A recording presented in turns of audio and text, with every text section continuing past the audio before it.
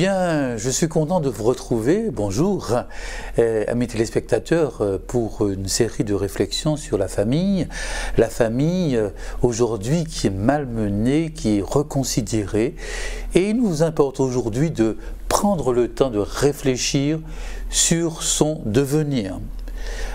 Penser la famille pour mieux la penser. Penser dans le sens de réfléchir pour mieux la penser, dans le sens où nous devons y apporter des remèdes, des guérisons, parce qu'elle subit certaines mutations, elle subit des blessures. Et aujourd'hui encore, nous avons besoin d'avoir des principes bibliques qui nous permettent de mieux vivre la famille. Alors la famille spirituelle dans laquelle nous entrons par notre conversion, eh bien, se situe dans un projet divin. Et Dieu, en effet, nous permet d'entrer dans une communauté où il est lui-même le Père. Mais l'une des difficultés aujourd'hui, tant dans l'Église que dans la société, se situe au niveau de la constitution de la famille. Certains désirent réaliser un projet avec une famille bien bâtie, mais on peut se demander si la famille, aujourd'hui, avec tout ce qu'elle traverse, les drames familiaux, les divorces, a sa raison d'être.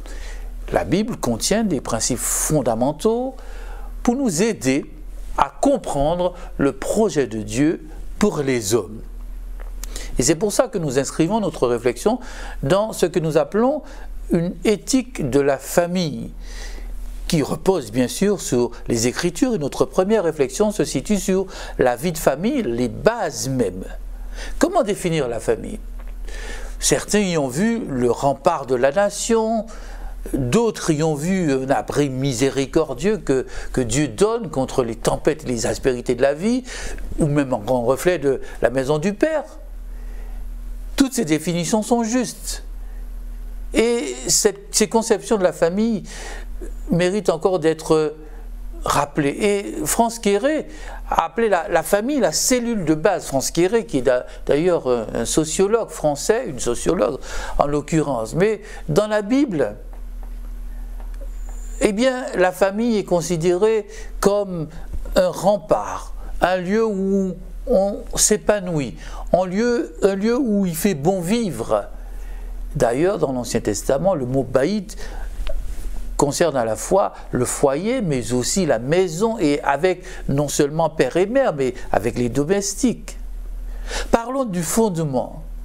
Le premier foyer dans la Bible, que l'on retrouve dans la Genèse, où on voit Adam et Ève, le couple de départ, le point de départ, où Dieu les encourage et leur donne le mandat de procréer. Parce que la vie familiale précède la vie nationale, précède toute nation. À la base, il y a d'abord une famille qui compose ensuite une société. Et ce principe est basé sur la loi de la parenté, mais aussi la loi le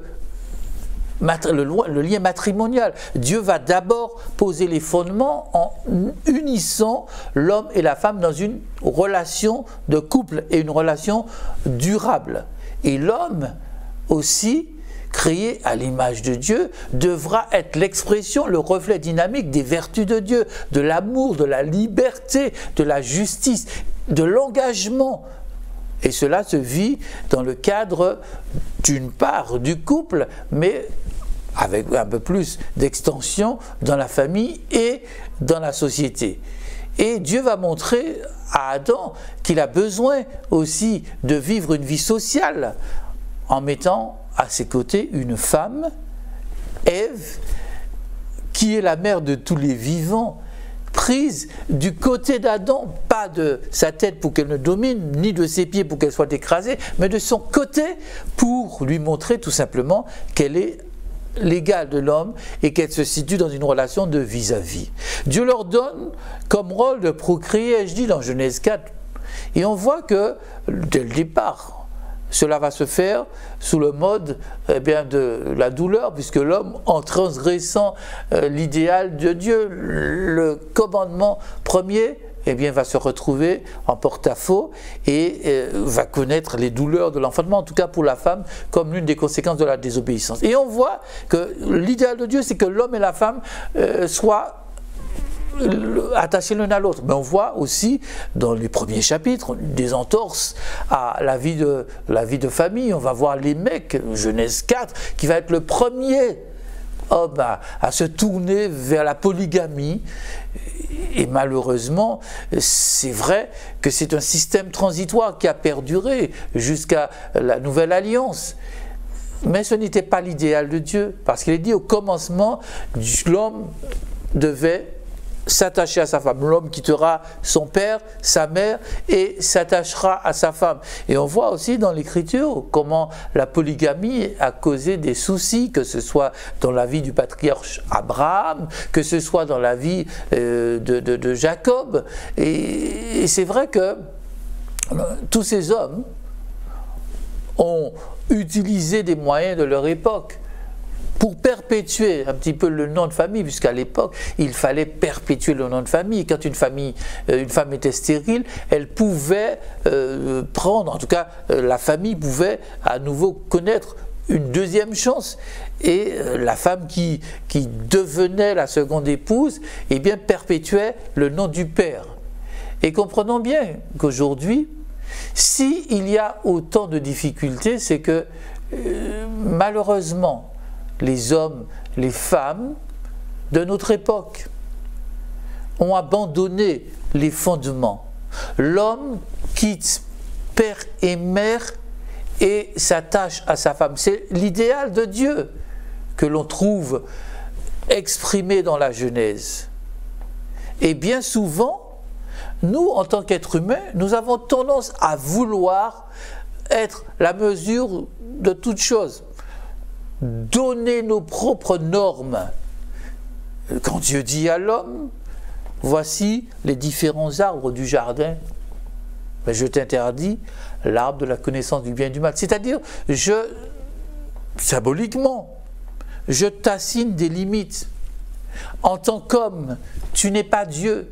Tu devras respecter cet interdit parce que c'est Dieu qui fixe les normes. C'est Dieu qui fixe la loi et non pas l'homme.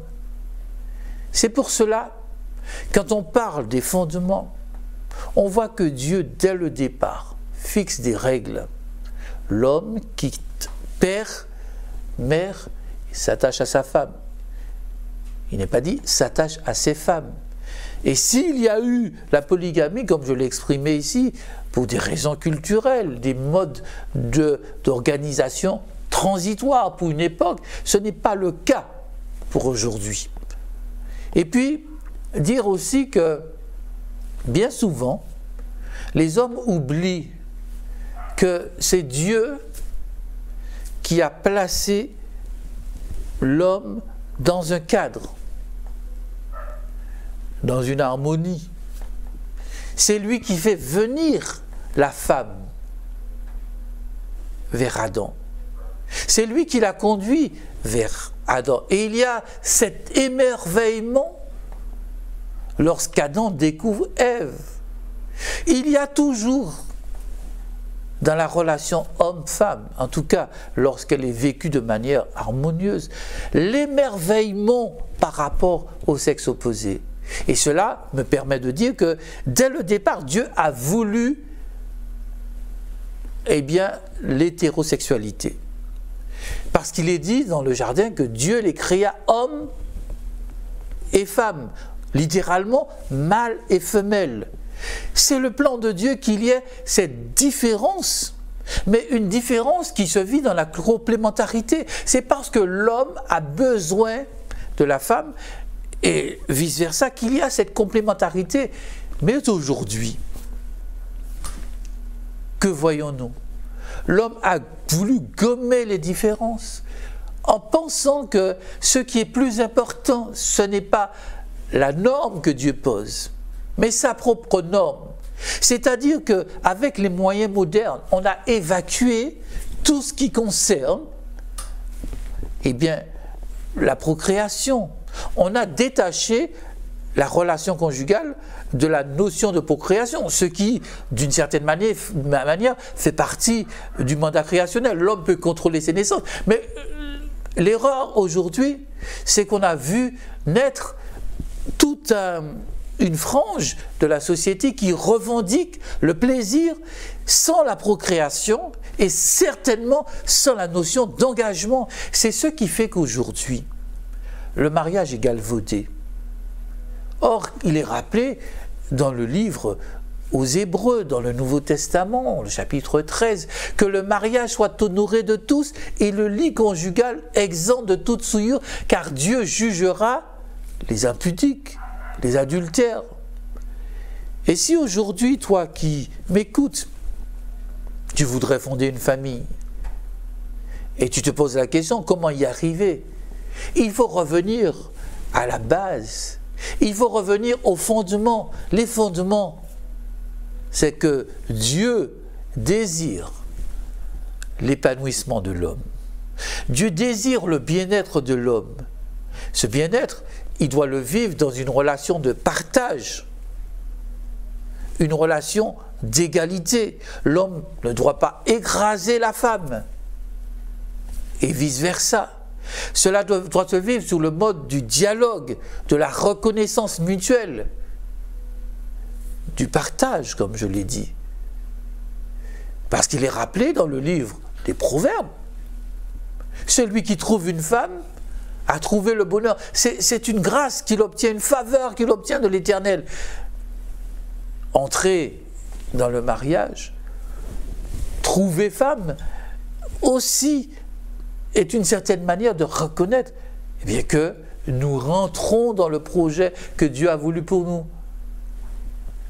Partager une existence avec un être différent de nous, mais qui peut nous procurer une joie durant notre existence. C'est vrai que le Créateur donne un cadre, mais nous avons tendance à vouloir, malheureusement, outrepasser ce cadre.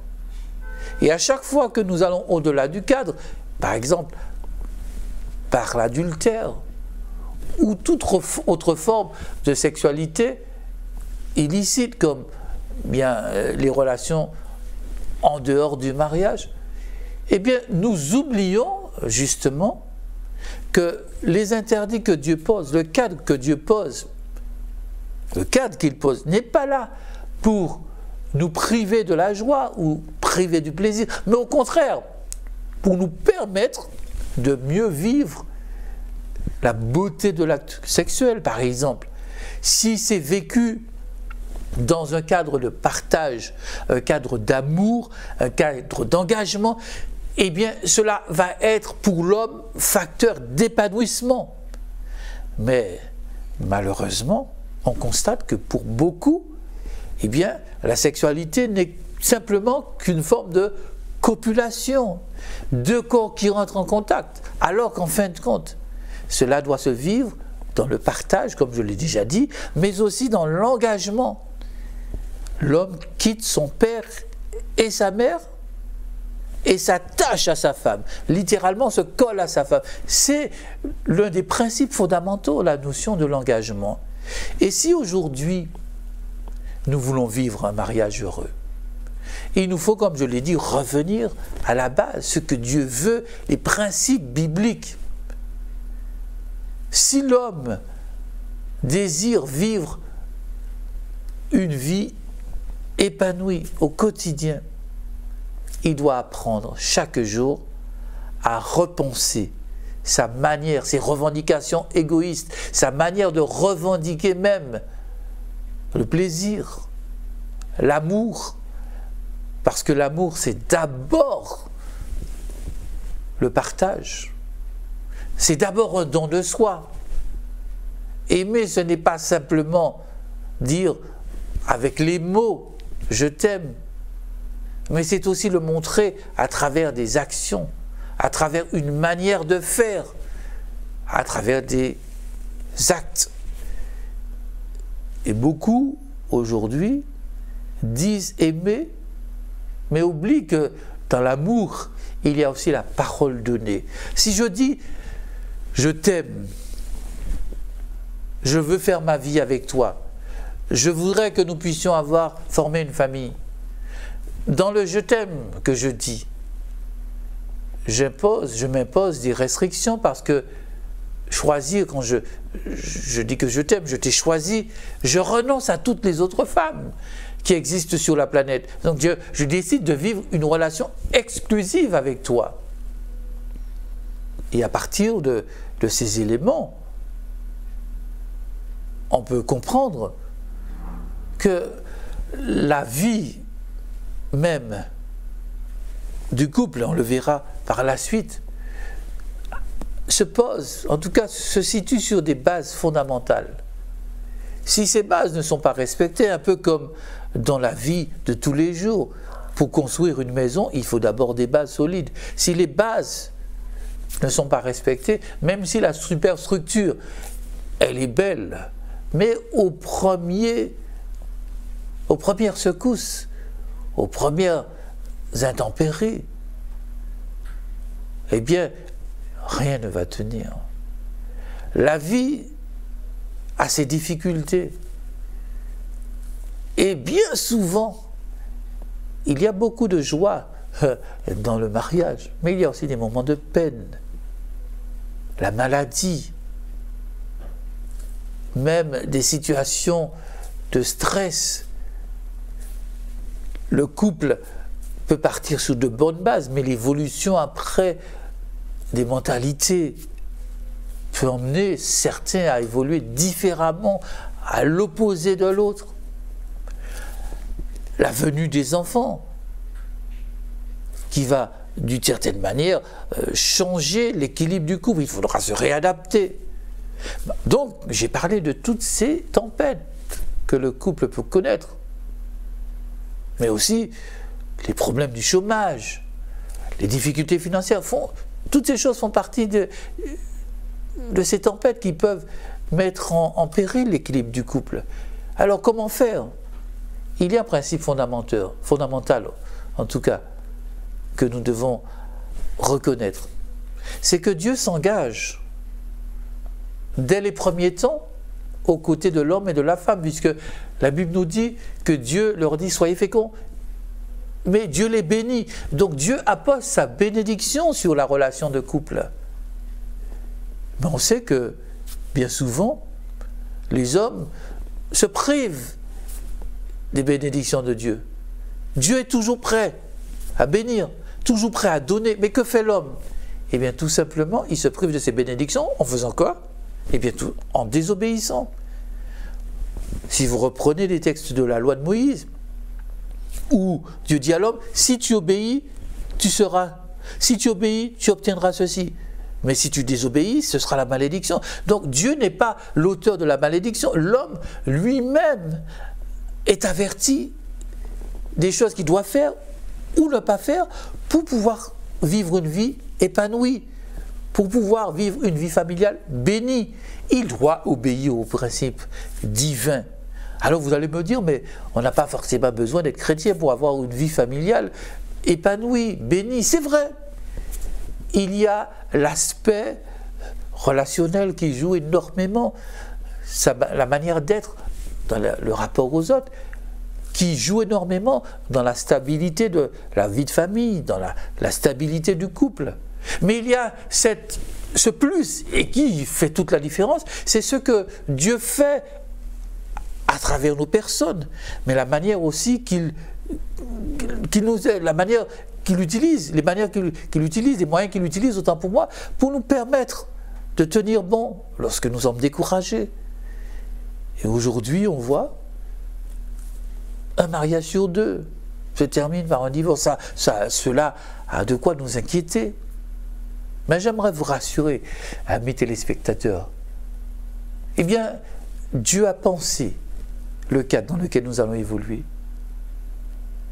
Il a posé des fondements pour que nous soyons véritablement heureux. À nous, êtres humains, à revenir à ces fondements. Ne pas décider ce qui est bon pour nous, mais revenir aux principes bibliques. Ainsi, je crois que ta famille, notre famille, pourra vivre des jours heureux, puisse Dieu t'aider à le croire et à le vivre. Amen.